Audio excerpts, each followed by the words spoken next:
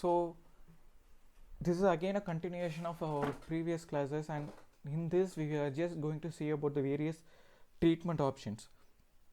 So before going into further details, so I just want to recap three treatment options which we follow for a diabetic retinopathy. So one is the primary, which is more of a glycemic control. Secondary is the annual examination, and tertiary is the laser treatment. Then is other surgical intervention. So what exactly we are going to discuss today is the tertiary options. Okay, so in this, first we start with the laser. So coming to the laser photocoagulation, what we do in case of a laser photocoagulation is we send a high energy light to fall on the retina. So what this high energy light does is, it is like it when the light falls on the retina, the tissue starts generating heat, and the heat will cause the blood to clot, and then it is like there will be a localized destruction of a tissue. So once the cases where we use this kind of lasers is in case of a macular edema, and the types of laser which we use is that diode or a organ laser. So again, laser photocoagulation can be divided into further many types, which we will be seeing in the further slides. So the focal laser photocoagulation is the method where we send a focal and a single laser points, and then we just try to burn the particular or a focused tissue in from 500 to 3000 micrometers from the fovea. So the each part which is being size of each spot will be somewhere around 50 to 100 microns, and the duration of each laser beam will be about 0.05 seconds to 0.1 second. So it is like for the laser beam can be divided into a pulsating beam or a continuous beam. So in case if it is a continuous beam, it is like there won't be like a pulse, it is like there won't be a break between each laser beams. So it is like there will be a continuous light which is coming, which you will understand better when I show a video of how a continuous beam works and how a pulsating beam works. So what is just keeping the what is the difference between a pulsating and a continuous, how we can make sure that the tissues in the retinas are burnt is, it is like the tissue would turn into a grayish or yellowish color. So that is the point or a sign that indicates that the tissues are burnt and the laser has worked. Next to focal laser, it is a grid laser. So what we use it more in case of a edematous cases. So what we do is, in case if there is a edema here, we just seal the surrounding tissues with laser burn, so that it is like the edema is not getting even more bigger and then affecting the nearer tissues. So and then it is like the more oftenly the laser beam will be somewhere around 500 microns from the fovea and disc. Then it is a pan-retinal photocoagulation. So pan is the entire retina. So we have to keep burning the entire retina, leaving just to make sure that it is like there is no, at least a central vision is being maintained. So when we choose a pan-retinal photocoagulation is in case of a severe NPDR and PDR, where there is multiple bleeding or neovascularization occurs.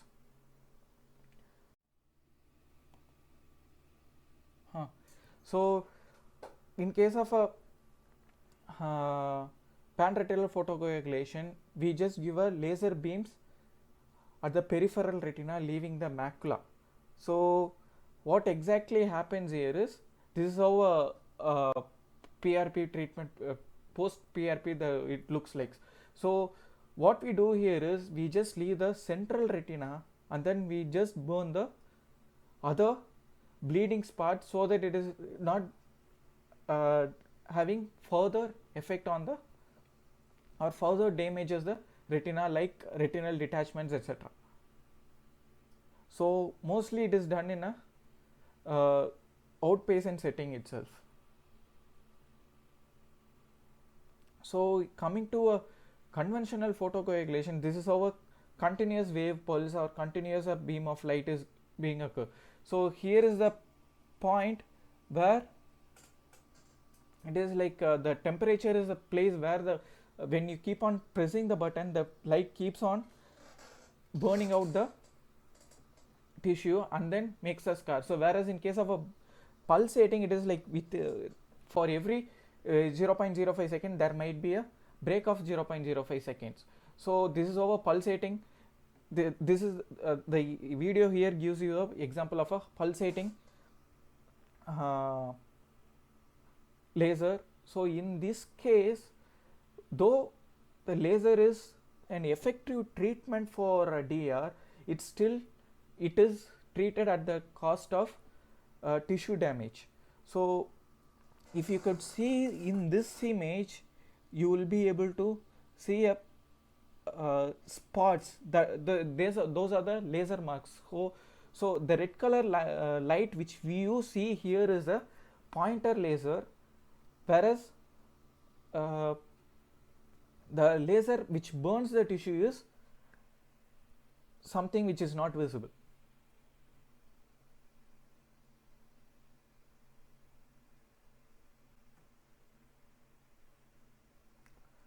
So this is how the entire laser works for diabetic retinopathy.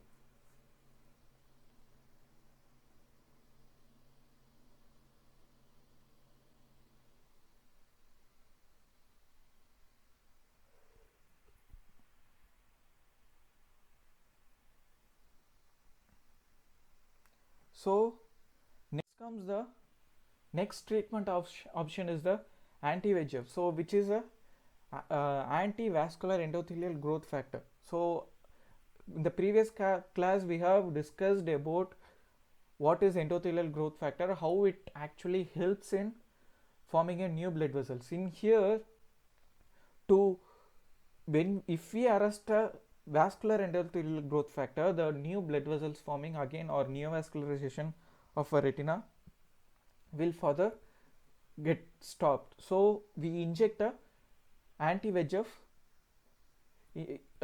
into a vitreous cavity.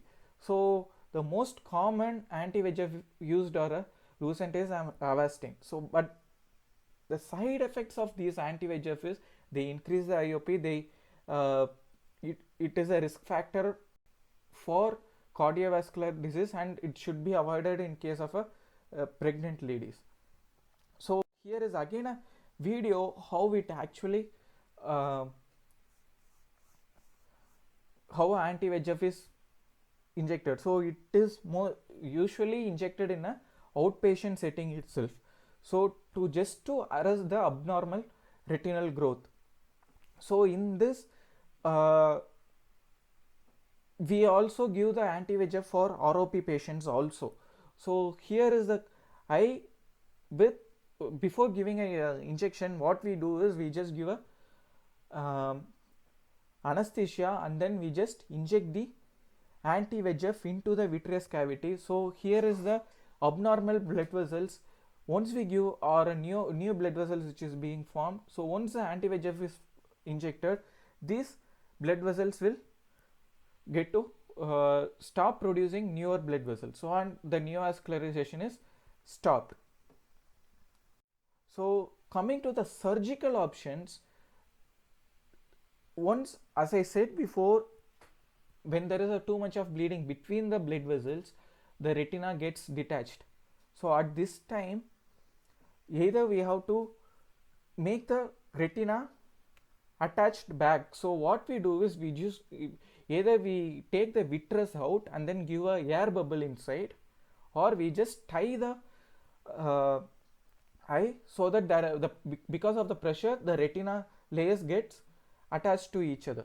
So the procedure where we take the vitreous out is called as vitrectomy. Other is a scleral buckling or belt buckling. So here is a video which explains both belt buckling and a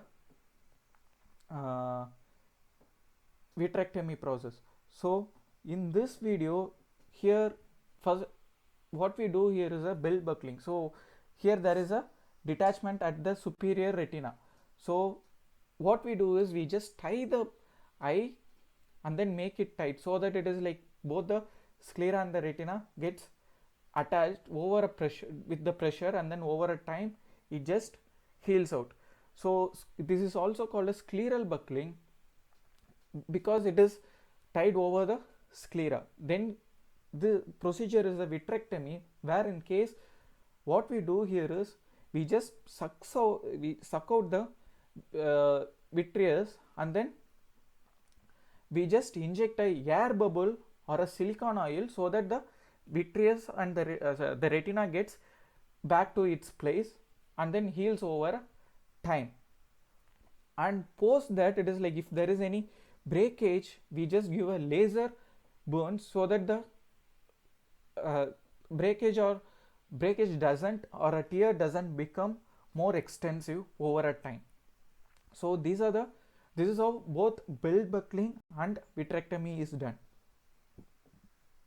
Next, it is a various follow-up duration for different stages of DR, which we had discussed in the earlier classes. Just have a note of these follow-ups so that it would be easier for you to go on further during your clinical practice. And thank you.